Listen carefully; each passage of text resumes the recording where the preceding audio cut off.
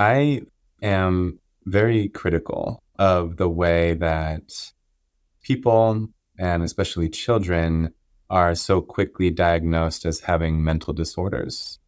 And then, of course, typically also prescribed, some type of psychiatric drug for that.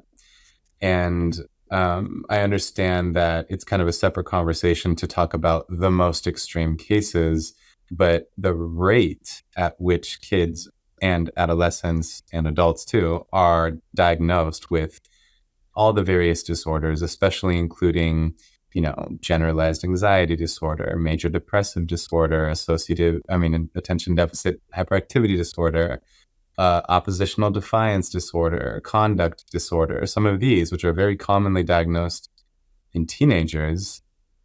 Like I said, I'm very critical of that. And I think in many cases, it's being done very inappropriately. And that, to me, is a framing of a person's behavior and emotional activity that is pathologizing. It's the opposite of what you're saying. So and forgive me if I missed it in the book, if you did speak to this, but I would love to hear you kind of just respond to this. What are your thoughts about, given everything you know about what we should expect from adolescents' emotional activity and behavior, and how often they are diagnosed as having a disorder when they exhibit such emotionality? I think it's hard for teenagers to know with whether what they feel is normal.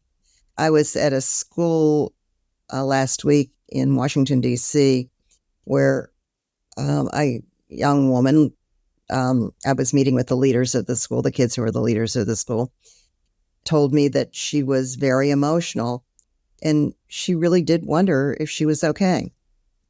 And her parents called her, a drama queen and over emotional and those sorts of things, which she hated.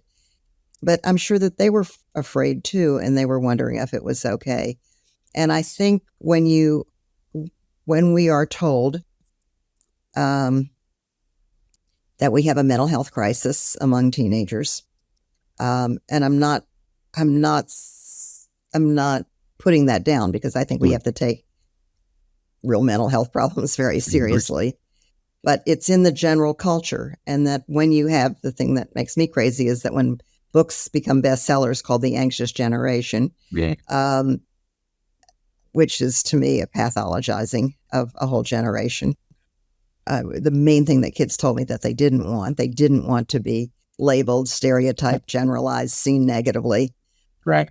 I too worry very much. I think, as a parent of a child, I'd be very careful to not do that, Right. to not over pathologize or to jump to labeling or medication too fast. It can be extremely helpful for those who need it. So if for kids who need it, it can be good, but I think we need to work on building kids' strengths. We need to work on preventing this. We need to stop our labeling of teenagers in such negative ways. I think we need to be cautious about overprescribing and, again, labeling ourselves or our kids as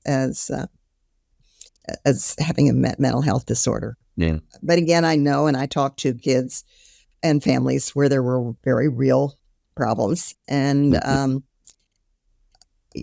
good. We don't. And I also consulted last year for a year to the Agency for Children and Families at HHS, where we worked on mental health issues to the Undersecretary of Youth Mental Health, and spent a year with a lot of people who were trying to help the mental health system be better. It's just, it's so hard if you have a kid who really does have a problem to get the right help. It's so hard.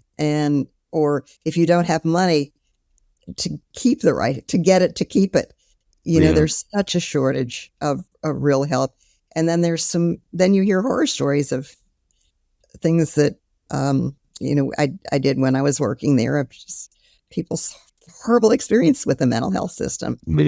And then wonderful if they finally find someone who's good, or if they do find someone who's good. So it's we're just in tricky terrain here, and we need to be very Indeed. careful. Indeed, we are. And I definitely am sensitive to just to how difficult it can be for parents to discern, you know, where's the line we draw here, or what Okay. is within the scope of expected natural behavior given the developmental phase and given the circumstances that the person is in, and what is in need of attention, of professional attention. So yeah, I wish everyone clarity in that regard. So It's the hard. message. It's really hard. I mean, I've when you talk to people in the middle of it, it's so confusing and so hard. Mm, And yeah, everyone wants to do the right thing, and it's all the families I've ever talked to want to do the right thing anyway. and I suppose what I interpret you as saying is that perhaps the scope for, let's say, just emotionality and impulsivity and behaviors like slamming doors and overreacting and yelling or hitting your brother, that that level of emotionality, like we can expect a high level of emotionality, that It's hard. is not necessarily a sign that that is going to be a hyper emotional, irrational adult, but that it is to be expected at this developmental phase. Yeah, and And I think two things. One is that we need to give kids opportunities for positive risk. mm, We need to give kids physical activities. We need to give them, I mean, my grandson, he's not into it as much anymore, but he spent he's into soccer big time, but he spent a lot of time the year before last, and last year doing ninja climbing. mm, I mean, whew, is that scary? And that is so good, having something yes, that's safe. He was in all those harnesses, but having something that really pushed him is exactly whatever it is that pushes you. For my own son, it was music. mm, Just having music. He is a musician. He grew up to be a musician, mm, but he was really challenged by it.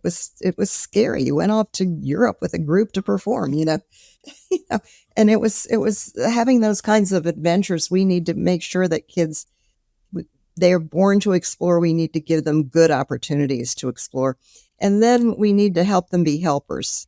I think right, for anyone who is, um, let me just put it in another way. The young people whom I interviewed who had serious mental health challenges found that a very important route to recovery was helping other people. yeah, We all have a need to contribute. I think that is a basic psychological need yeah, that we have to matter, to make a difference. And so helping our kids be helpers of others is another way, I think, a prevention. Both of these yeah. are prevention strategies. I love Um, that. I mean, Positive risk and helping our kids be helpers. absolutely. I love it. Both of those. Positive risk. I mean, for my son, it's dirt biking. And Oh, well. he's gotten me back into dirt biking throughout my adolescence. I played a lot of sports and also rode dirt bikes. And so he's gotten me back into that too. But that's certainly, partly because he's a burgeoning adolescent and partly because of his personality profile. He has this certain hunger for risk Yeah. that I think is, very healthy. Actually, it's adventurous is ultimately what it is.